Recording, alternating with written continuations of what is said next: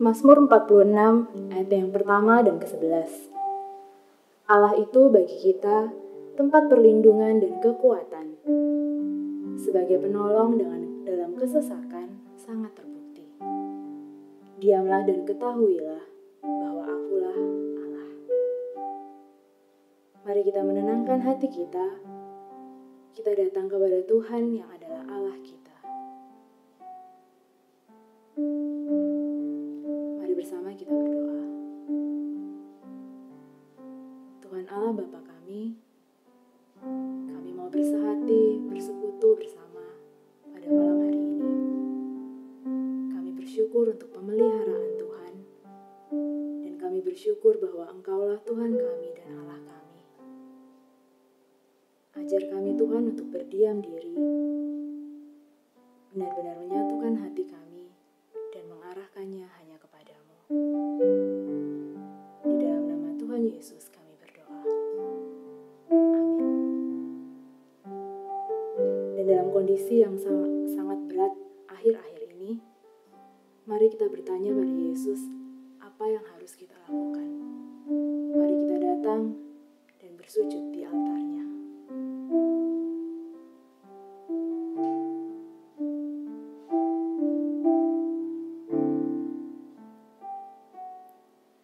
Bila hati terasa berat,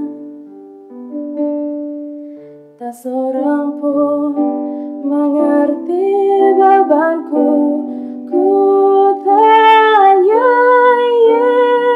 Yesus, apa yang harus ku buat? Dia berfirman, mari datanglah. Dia selalu pedulikan aku. Ku datang Yesus, Dia pikul segala bebanku. Sujud di altarnya, ku bawa hidupku, ku terima anugerahnya. Dia ampuniku dan bebaskanku. Dia ubah hidupku, baharui hatiku,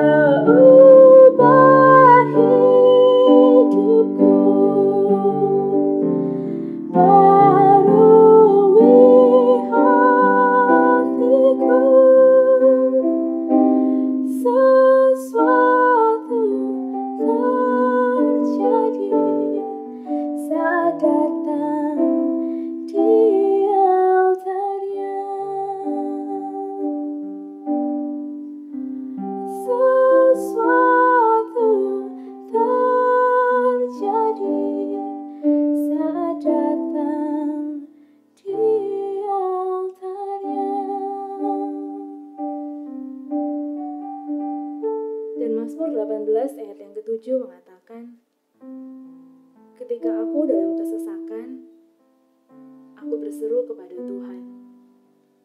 Kepada Allahku, aku berteriak minta tolong. Ia mendengar suaraku dari baitnya.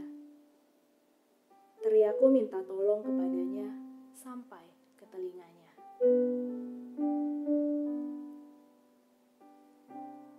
Mari bersama kita datang membawa pokok doa kita ke hadapan Allah. Kita mengingat kondisi bangsa kita dan orang-orang yang duduk di pemerintahan, baik pusat maupun daerah.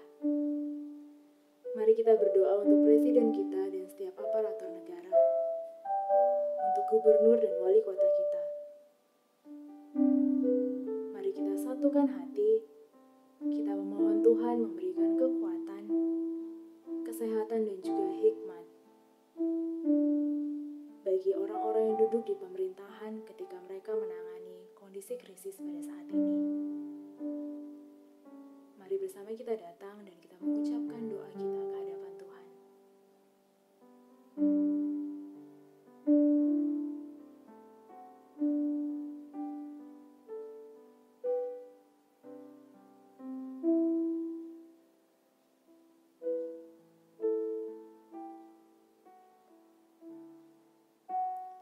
Mari kita juga secara khusus membawa doa kita bagi pemerintahan kota Surabaya dan sekitarnya. Pembatasan sosial berskala besar akan mulai diberlakukan. Kita tidak tahu bagaimana dan apa yang akan terjadi atau mungkin terjadi karena hal ini. Mari kita doakan pemerintahan kota Surabaya dalam segala persiapan dan pelaksanaan PSBB ini. Juga kita mau berdoa untuk setiap warga Surabaya dan sekitarnya, agar biarlah cara ini berkenan dan dapat dipakai oleh Tuhan untuk menolong daerah kita dan memotong persebaran virus corona.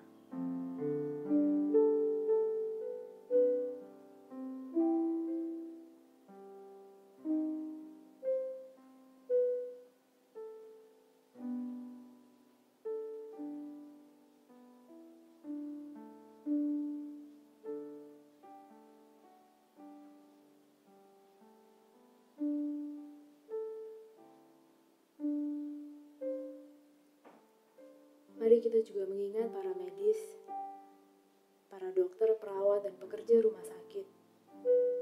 Mereka yang setiap hari merelakan dirinya untuk berhadapan langsung dengan kasus corona. Mereka yang rela dan mau secara langsung bersentuhan dengan orang-orang yang terpapar oleh virus ini.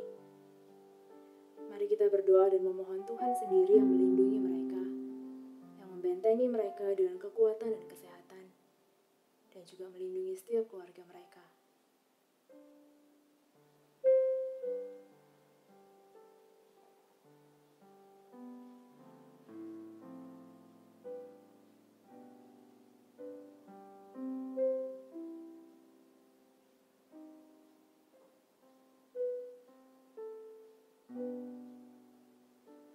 Dan mari kita juga mengingat setiap saudara-saudara kita, setiap orang-orang yang terpapar oleh virus ini dan harus menjalani proses yang panjang untuk penyembuhan mereka.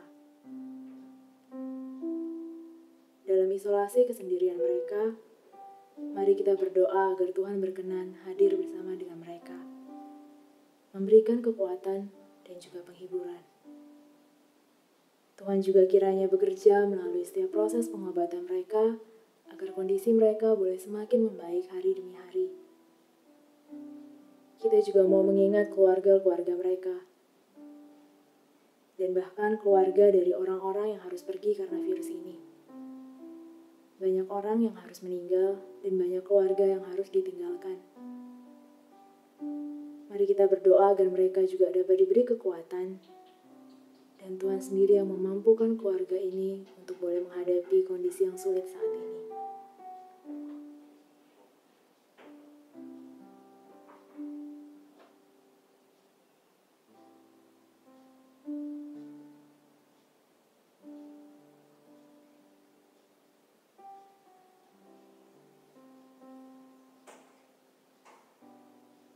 Kita juga tidak dapat menyangkal bahwa kondisi ini mempengaruhi kehidupan kita masing-masing pribadi demi pribadi. Mempengaruhi pekerjaan kita, studi kita, keluarga, perekonomian, bahkan mungkin iman kita. Mari kita datang kepada Bapa yang mau mendengar suara kita. Kita mohon agar Tuhan sendiri yang mau menguatkan kita dan bahkan memupuk iman kita, agar meskipun kondisi ini sulit, kita bahkan boleh bertumbuh dalam iman dan percaya kita kepadanya hari demi hari. Mari kita berdoa dan menyerahkan semua jemaat GKT Citra Raya ke dalam tangan Tuhan, agar perlindungan dari Tuhan sendiri yang Tuhan berikan bagi setiap kita.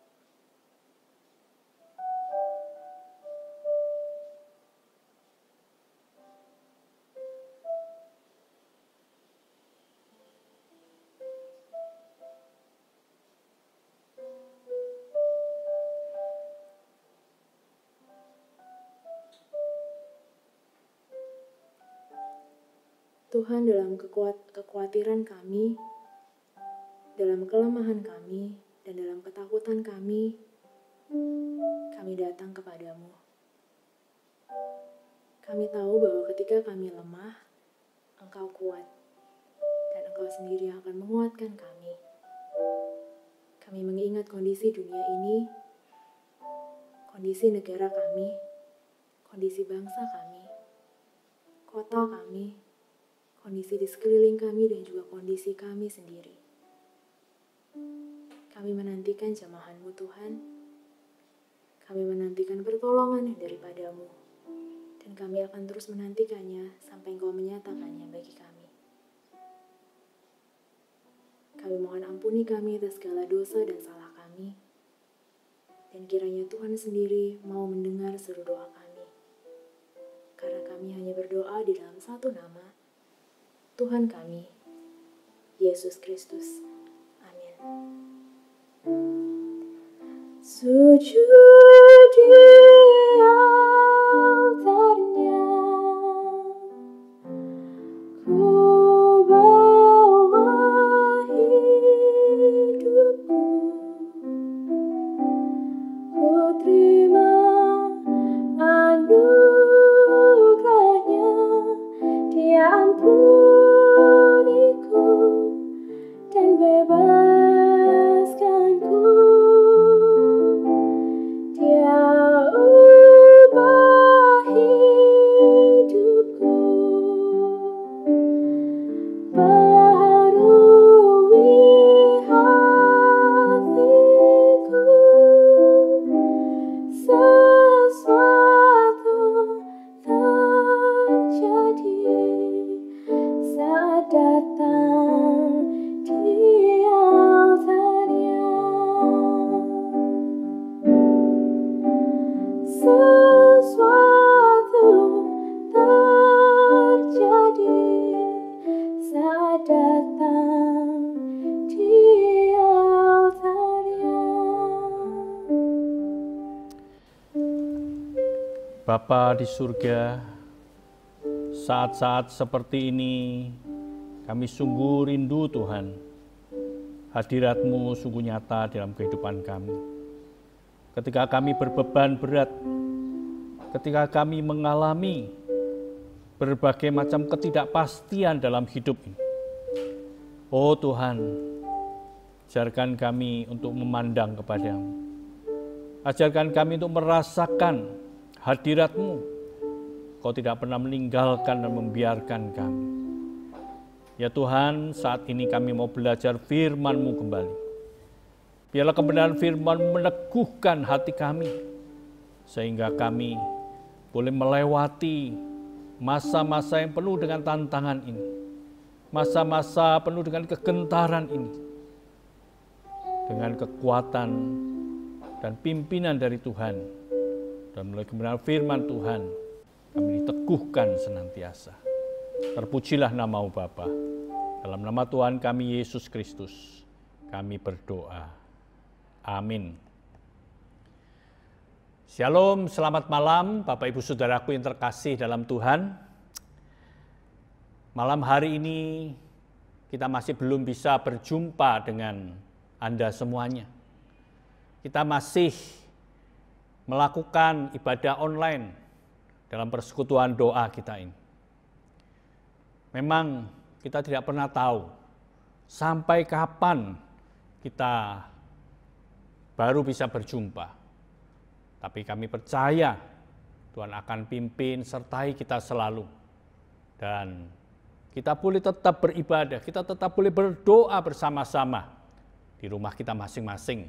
Kita saling menguatkan, saling mengingat, saling mendoakan di dalam kasih Kristus. Nah, pada malam hari ini saya rindu kita semua belajar firman-Nya dengan tema Jesus love you. Tuhan mengasihimu. Sebenarnya, atau lebih tepatnya, ya Tuhan mengasihi kita semuanya. Tuhan mengasihi setiap kita. Siapakah kita ini? Apakah mungkin kita merasa diri kita adalah orang yang cukup baik? Kita rajin ke gereja, kita melakukan segala sesuatu dengan benar. Atau mungkin kita merasa diri adalah orang-orang yang berdosa, orang-orang yang tidak memiliki sesuatu yang bisa kita banggakan. Atau juga kita mungkin menjadi orang-orang yang terbuang di tengah-tengah masyarakat ini. Nah, saudaraku yang terkasih dalam Tuhan, mari saya mengajak kita semuanya belajar dari satu kebenaran firman Tuhan di dalam Yohanes pasal 4 ayat 1 sampai 42. Nah, bagian ini adalah sebuah catatan pembicaraan atau dialog yang begitu panjang, yang begitu detail antara Tuhan Yesus dan seorang perempuan Samaria. Bisa saya simpulkan, bagian ini adalah salah satu catatan yang terpanjang dan catatan tentang dialog antara Tuhan Yesus dan seseorang. Bahkan catatan dialog Tuhan Yesus dan murid-muridnya saja tidak ada yang dicatat sepanjang ini. Nah, saudaraku terkasih dalam Tuhan, kita belajar dari catatan ini. Tentunya bukan seluruh pasal atau seluruh ayat-ayat ini kita baca. Kalau sebenarnya kita lihat ada begitu banyak topik yang bisa kita pelajari di sini. Namun malam hari ini saya ingin mengajak kita mempelajari satu topik saja. Bagaimana Tuhan itu sungguh-sungguh mengasihi kita, mengasihi Anda semuanya. Ya. Nah, pertama-tama kita lihat dari ayat 1 sampai ayat 3 dulu. Ini adalah latar belakang daripada kisah percakapan Tuhan Yesus dan perempuan Samaria ini. Perikop ini dilatar belakangi oleh situasi yang sebenarnya kurang enak, ya.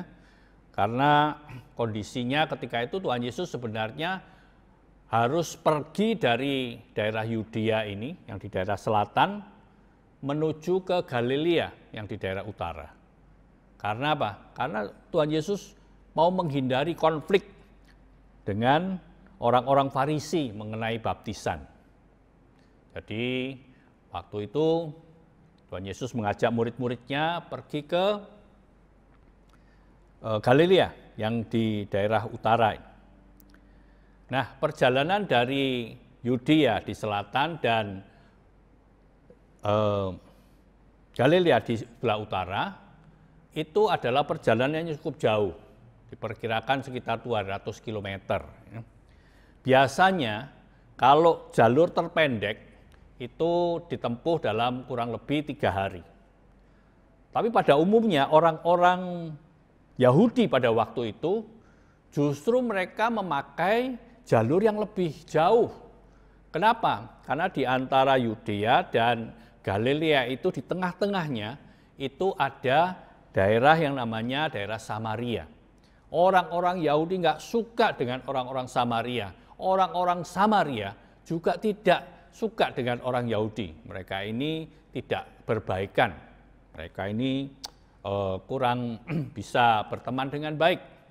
Karena dianggap orang-orang Yahudi itu menganggap orang Samaria ini bukan orang Israel atau orang Yahudi yang asli. Karena mereka itu adalah orang-orang yang telah kawin campur. Nah, karena selalu dihina seperti itu, orang Samaria juga marah. Mereka juga tidak ingin dihina terus. Mereka juga tidak senang dengan orang-orang Yahudi. Nah, makanya itu orang-orang Yahudi kalau mau pergi ke Galilea dari Yudea, mereka itu akan mengambil jarak yang lebih jauh. Jadi seperti peta yang saya lihatkan ini ya, itu orang Yahudi memakai jalur yang biru ini. Jadi dia melewati Sungai Yordan menuju ke sebelah timur, kemudian terus ke utara dan kembali lagi ke barat. Jadi harus muter. Dan itu perjalanannya bisa mencapai 6 hari. Nah, tapi apa yang terjadi dengan Tuhan Yesus? Apa Tuhan Yesus tidak tahu kebiasaan seperti itu? Pasti tahu dia. Bahwa orang-orang Yahudi seperti itu, melewati ataupun menghindari ketemu dengan orang-orang Samaria. Tapi Tuhan Yesus dengan sengaja saat ini mengajak murid-muridnya melintasi daerah Samaria ini. Melintasi jalur yang paling cepat atau paling dekat ini. Supaya mereka bisa sampai di Galilea. Nah, bahkan mereka berjalan dalam situasi yang tidak normal atau sesuatu yang bukan sesuatu yang biasa dilakukan oleh orang-orang Yahudi, yaitu pada tengah hari terik matahari yang begitu panas. Sampai-sampai di dalam ayat yang ke-6 dikatakan, Yesus sangat letih oleh perjalanan. Karena itu ia duduk di pinggir sumur itu. Hari kira-kira pukul 12 siang. Nah, saudara-saudara yang terkasih dalam Tuhan, mengapa Tuhan Yesus harus mengajak murid-muridnya melewati Samaria, padahal biasanya orang-orang Yahudi tidak suka lewat jalur itu, bahkan di tengah hari.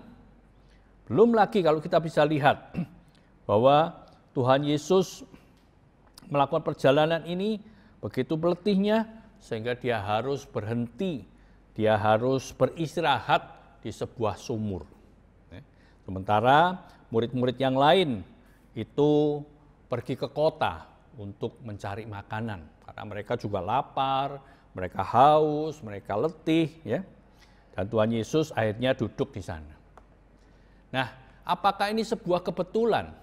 Apakah ini merupakan sesuatu yang tidak direncanakan? Nah, kalau kita perhatikan baik-baik, Tuhan Yesus punya satu tujuan yang sangat spesifik, satu tujuan yang sangat khusus ketika dia ada di sumur itu. Sebenarnya sumur ini bukan sumur yang paling dekat dengan kota atau kota Sikar ini, ya. Tapi ada sumur yang lain yang lebih dekat dengan kota Sikar. Tapi dia tetap ada di sana. Nah, rupanya waktu Tuhan Yesus ini duduk melepaskan lelah di tepi sumur ini, datanglah pada tengah hari panas terik yang begitu menyengat, seorang wanita, seorang perempuan dari Samaria ini datang ke sumur ini. Nah, akhirnya terjadilah dialog yang sangat panjang antara Tuhan Yesus dengan perempuan.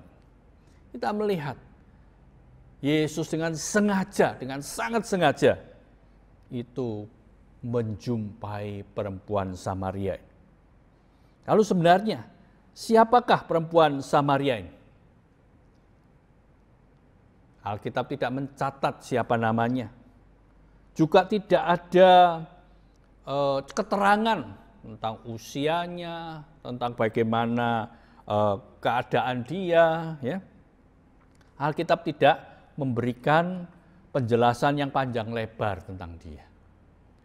Tapi Tuhan Yesus dengan sengaja sampai dia harus melewati Samaria ini pada tengah hari, bahkan dia memilih untuk duduk di tepi sumur yang jauh dari kota bahkan. Saudara-saudara yang terkasih dalam Tuhan, apa sebenarnya hubungan wanita ini dengan Tuhan Yesus? Nah, inilah inti dari apa yang saya mau sampaikan pada kita semuanya. Kita mau belajar di sini. Ya. Kalau kita coba perbandingkan antara perempuan Samaria ini dan Tuhan Yesus. Siapakah sih dia? Yang pertama, kalau kita melihat Yesus orang Yahudi. Perempuan ini seorang Samaria. Artinya orang Yahudi dan orang Samaria ini adalah musuh atau bermusuhan, tidak baikan. Ya. Tuhan Yesus mencari bukan temannya, bukan kerabatnya, bukan orang yang mendukung dia, bukan orang yang mengagumi dia, tapi Yesus mencari musuhnya, seorang Samaria. Yang kedua, ketika Tuhan Yesus sengaja duduk di sana, dia tahu, saya yakin di dalam kemahatauannya, Yesus tahu bahwa perempuan ini akan datang. Dan dia akan mengajak perempuan ini berbicara. Sebenarnya hal seperti itu bagi kita mungkin saat ini biasa. Seorang wanita, seorang pria bercakap-cakap. Tetapi di zaman itu, di zaman Tuhan Yesus, itu bukan sesuatu yang wajar, bukan sesuatu yang normal. Seorang wanita dan seorang pria itu bercakap-cakap merupakan sesuatu yang tabu, apalagi Yesus dianggap sebagai nabi, sebagai tokoh agama. Pada waktu itu, kalau seorang imam, seorang nabi, itu bahkan ngomong sama istrinya, sama anak perempuannya di depan umum saja, itu tidak biasa, itu dianggap tabu. Apalagi dengan seorang wanita asing, seorang wanita yang menjadi musuhnya yang tidak disukai. Nah, pasti reputasinya bisa merosot dengan tajam. Ya, saudara-saudara yang terkasih dalam Tuhan, kita lihat bahwa wanita ini mendapatkan perhatian yang sangat khusus dari Tuhan Yesus. Yang ketiga, kalau kita lihat, wanita ini kalau kita baca secara keseluruhan, dia adalah seorang wanita yang sangat berdosa. Katakan dia sudah menikah 5 kali mungkin, atau punya hubungan dengan 5 pria, bahkan pria yang sekarang juga bukan suaminya. Kita bisa punya kesan bagaimana dengan wanita seperti itu. Artinya dia seorang yang berdosa. Bahkan orang-orang sekotanya saja itu tidak menyukai dia. Mungkin karena itulah sampai dia harus siang hari untuk pergi ke sumur, untuk mencari air, untuk mengambil air. Padahal biasanya orang-orang pada sore hari ketika panas itu tidak terlalu terik. Kemudian dia juga tidak mengambil air di sumur yang dekat kota. Artinya apa? Mungkin orang-orang kotanya juga merasa risih dan mengatakan, kamu tidak boleh ambil air di sini. Nah, mereka ditolak oleh orang-orang sekitarnya, oleh penduduk kota. Nah, kita bisa bayangkan wanita yang mungkin dalam tanda kutip menjadi sampah masyarakat. Sedangkan Yesus adalah Allah. Mungkin pada waktu itu kalaupun mereka tidak menganggap Yesus sebagai Tuhan atau sebagai Allah, mereka menganggap sebagai orang yang luar biasa, sebagai nabi, sebagai guru yang begitu brilian. Nah, artinya mereka mengagumi Yesus begitu rupa. Jadi kita bisa lihat perbedaan status yang begitu jauh. Yesus tetap mau datang, mau peduli dengan wanita ini, wanita yang berdosa ini. Nah, yang keempat, kita lihat, kenapa Tuhan Yesus harus berjalan di tengah-tengah cuaca yang begitu panas, terik. Sampai-sampai dikatakan dia itu sangat letih, harus beristirahat. Karena apa? Itulah timingnya, itulah waktunya. Kalau dia mungkin sore hari atau lebih pagi lagi, dia tidak akan ketemu dengan wanita ini. Terus dia memilih waktu yang memang mungkin menyiksa dirinya. Tapi dia memilih untuk menjalaninya supaya dia bisa bertemu dengan wanita ini. Nah, juga lokasinya, seperti saya katakan tadi. Apakah Yesus sebenarnya bisa saja ketika dia letih, dia bisa masuk ke kota, bisa beristirahat di sana. Atau dia bisa memilih sumur yang dekat dengan kota. Karena dia tahu, meskipun ini jauh, sumurnya ini jauh dari kota, tapi wanita ini akan datang ke sini, bukan ke sumur yang satunya. Nah, dari hal-hal ini, saudara, kita bisa melihat bahwa Tuhan Yesus memilih dengan berbagai macam rintangan, dia menerobos semuanya Dia menghancurkan rintangan-rintangan ini supaya dia boleh bertemu dengan si wanita ini. Wanita yang mungkin asing, seorang bangsa kafir bagi mereka, bahkan juga seorang yang berdosa. Orang sebenarnya bagi orang-orang Israel atau orang-orang di zaman itu, seorang wanita itu tidak ada harganya. Ya maaf, ini zaman dulu. Ya. Tapi bagi Yesus pribadi, dianggap sebagai pribadi yang berharga. Dia secara khusus, secara sengaja, untuk satu orang ini, dia datang ke tempat ini. Dia menunjukkan kasihnya, dia menunjukkan perhatiannya, kepeduliannya. Nah, saudaraku yang terkasih dalam Tuhan, hari-hari ini, mungkin kita juga merasa seperti ini. Kita tidak tahu apa yang sedang kita gumulkan. Mungkin ada di antara kita yang bergumul dengan masalah pekerjaan, dengan masalah perekonomian, dengan masalah keluarga, dengan masalah kesehatan kita. Saat-saat seperti ini adalah saat yang sangat sulit bagi kita semuanya. Tapi percayalah dan lihat bahwa Tuhan Yesus mengasihi kita semua, pribadi lepas pribadi. Tidak ada seorang pun yang Tuhan ingin lalaikan. Tuhan memperhatikan kita. Seperti juga kalau kita perhatikan di dalam Alkitab, ketika Tuhan Yesus catat di dalam Lukas pasal 8 ayat 26 sampai 39. Dia mengajak murid-muridnya menyeberang Danau Galilea. Padahal pada malam saat itu terjadi gelombang badai yang begitu dahsyat yang hampir-hampir menenggelamkan perahu mereka. Sampai murid-muridnya ketakutan dan membangunkan Yesus yang sedang tidur. Kami akan binasa. Untuk apa? Kalau kita baca selanjutnya, ketika mereka tiba di seberang, tiba di tempat tujuan, mereka harus bertemu dengan seorang yang dirasuk setan. Seorang yang dikuasai kuasa kegelapan yang begitu hebatnya, begitu luar biasa. Yaitu legion. Orang setannya itu yang begitu banyak. Supaya Tuhan Yesus bisa menyembuhkan dia, Tuhan Yesus membebaskan dia. Untuk orang seperti ini.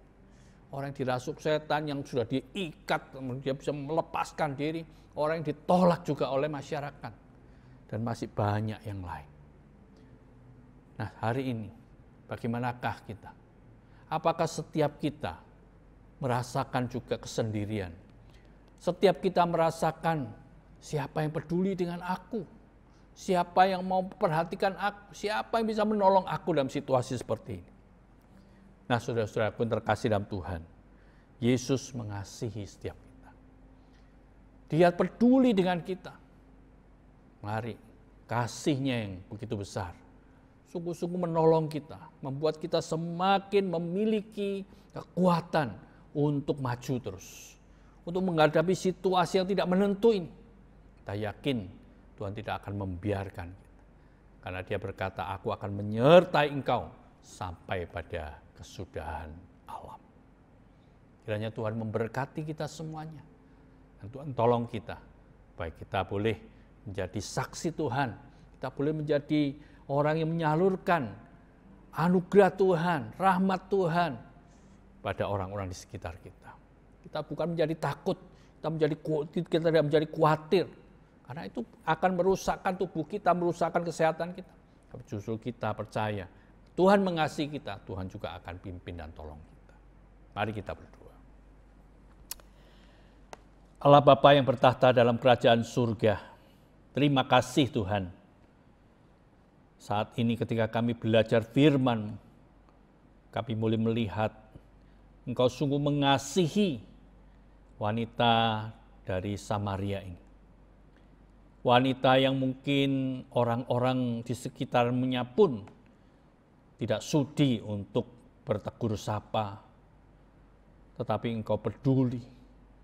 Bahkan Engkau telah menanggalkan semua hal-hal yang bisa merusakkan reputasimu sebagai nabi.